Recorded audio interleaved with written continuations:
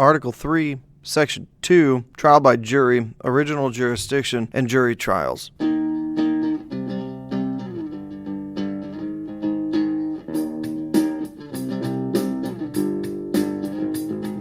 Constitution states, "The judicial power shall extend to all cases in law and equity arising under this Constitution, the laws of the United States, and treaties made or which shall be made under their authority, to all cases affecting ambassadors, other public ministers and consuls, to all cases of admiralty and maritime jurisdiction, to controversies to which the United States shall be a party, to controversies between two or more states, between a state and citizens of another state, between citizens of different states, between citizens of the same state claiming lands under grants of different states, and between a state or citizens thereof and foreign states, citizens or subjects." There's a lot in there, but I am not a constitutional expert on the Supreme Court and its jurisdictions, so we'll just be touching on some of the more pertinent points of this, and there is a lot more here to discover if you are interested in doing so. First of all, to all cases in law and equity arising under this Constitution was John Marshall's point in Marbury v.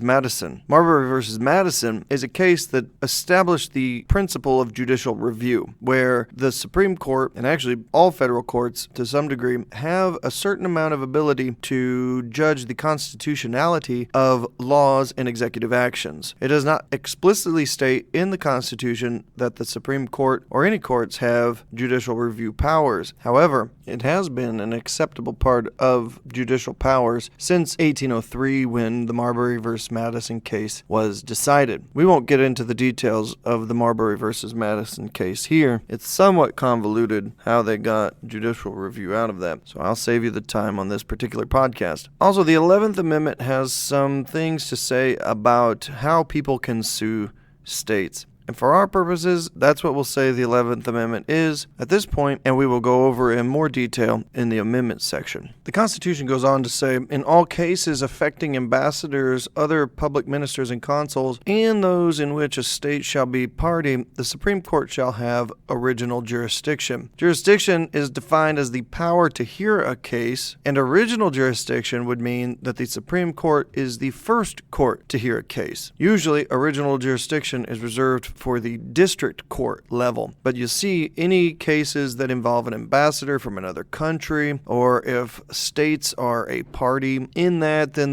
the Supreme Court will have to be the original hearer of that case. It goes on to say, "In all other cases before mentioned, the Supreme Court shall have appellate jurisdiction, both as to law and fact, with such exceptions and under such regulations as the Congress shall make." Appellate jurisdiction is the power to review previously heard cases. The circuit courts only have appellate jurisdiction. They review the previously heard cases from the district court level, and the Supreme Court could in theory review all cases, though in fact it only hears about 100 cases a year, though it receives some 8,000 petitions to hear cases. The Constitution continues, "The trial of all crimes, except cases of impeachment, shall be by jury, and such trial shall be held in the state where the said crimes shall have been committed. But when not committed within any state, the trial shall be at a place or places as the Congress may by law have directed." This is a part of due process.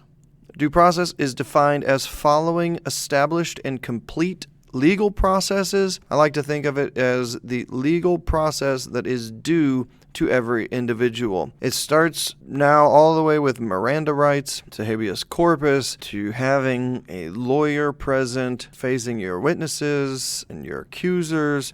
Due process, also it says here, shall be by jury. So we're talking about crimes. All trial of crimes shall be by jury. So the jury is a jury of peers. 12 people considered to be your peers sit in judgment, and they decide the guilt in criminal trials. Notice that appellate courts do not have juries. In the circuit court, they use a panel of 3 judges at the federal level, and then the Supreme Court is 9 judges. Neither of those have juries. It is also important to note that criminal trials take place in the state where the alleged crime was committed.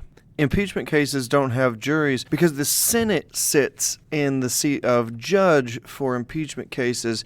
As it says in Article 1, Section 2, the Senate shall have the sole power to try all impeachments, and no person shall be convicted without the concurrence of 2/3 of the members present. So it's not a jury in the same sense that there are 12 individuals. Rather, all of the senators sit in judgment of and then conviction of the crimes alleged in an impeachment case.